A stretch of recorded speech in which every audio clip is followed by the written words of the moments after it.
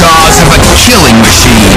A gator's got a death grip on this man's head, and the 350-pound beast will not let go. I was thinking that the alligator was going to roll and tear his head off. Kenny Cypress, a father of 3, has been wrestling alligators for almost a decade. Every time, he puts his life on the line, knowing these large carnivores can rip off an entire limb with one vicious snap. Kenny's never been seriously hurt, but that is about to change. Kenny is performing near Miami, Florida, in front of a packed house, including his best friend, Richard Kaiser. We grew up together. I used to go digging, hunting. Today, Kenny's opponent is a 10-foot-long American alligator. He doesn't seem scared or not like that to me. He wrestles around with him a little bit. Everything's going normal. It's time for the grand finale. When he was inside the fence and he was grabbing a hold of this alligator, he looked at me and he was grinning, and he said that this alligator that he had grabbed, that he grabbed the ornery one, He grabbed the alligator that had a little more spunk to him, And the other ones were a little bit lethargic and everything else, and he grabbed one that was spunky. It's a death-defying act. He was doing the one trick where he opens up the mouth and he sticks his head in there. Suddenly, the gator clamps down, ripping flesh, plunging his razor-sharp teeth into Kenny's skull. It all happened so quick, and it was like a blur. Audience members scream in terror, but the only screams Richard hears are coming from Kenny. He was hollering in pain. The show announcer immediately jumps on the animal's back, desperately trying to prevent the gator from doing a maneuver that could kill Kenny immediately. It's called a death roll. In the wild, these ravenous carnivores will attack any large prey, including other alligators. Once an alligator has a hold of its victim, it will literally roll sideways, over and over again, until it's torn off a bite-sized chunk of its prey. If the gator rolls now, Kenny could easily be decapitated.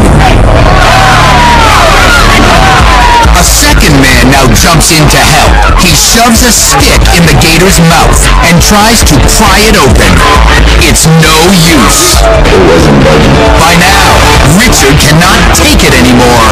I felt like I had to do something. He risks his own life and jumps into the pit to help save Kenny. And I lifted up with my hands on the top jaw.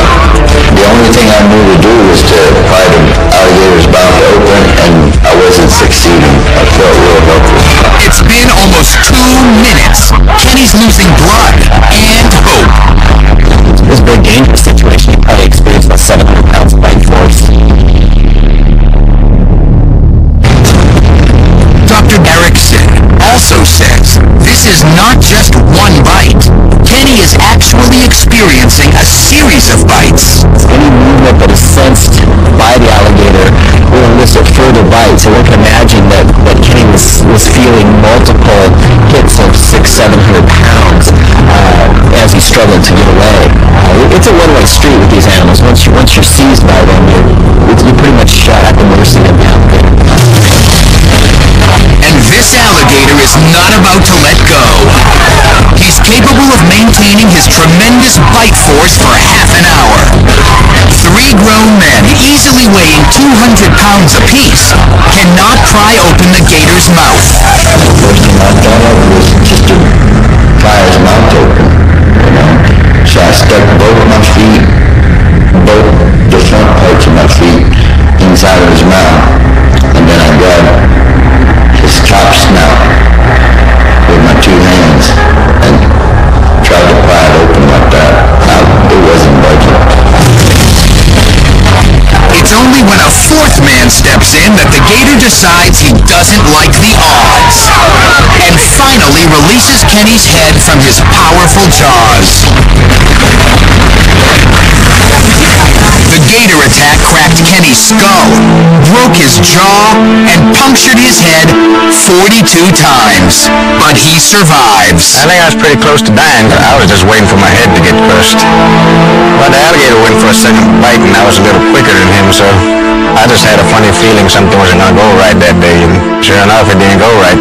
Kenny is lucky to be alive. Not too many people can get bit in the head and come out of it. He escaped unharmed, with minor injuries, very fortunate in that sense. Today, Kenny is fully recovered and a lot more careful at the request of one of his little boys, Junior.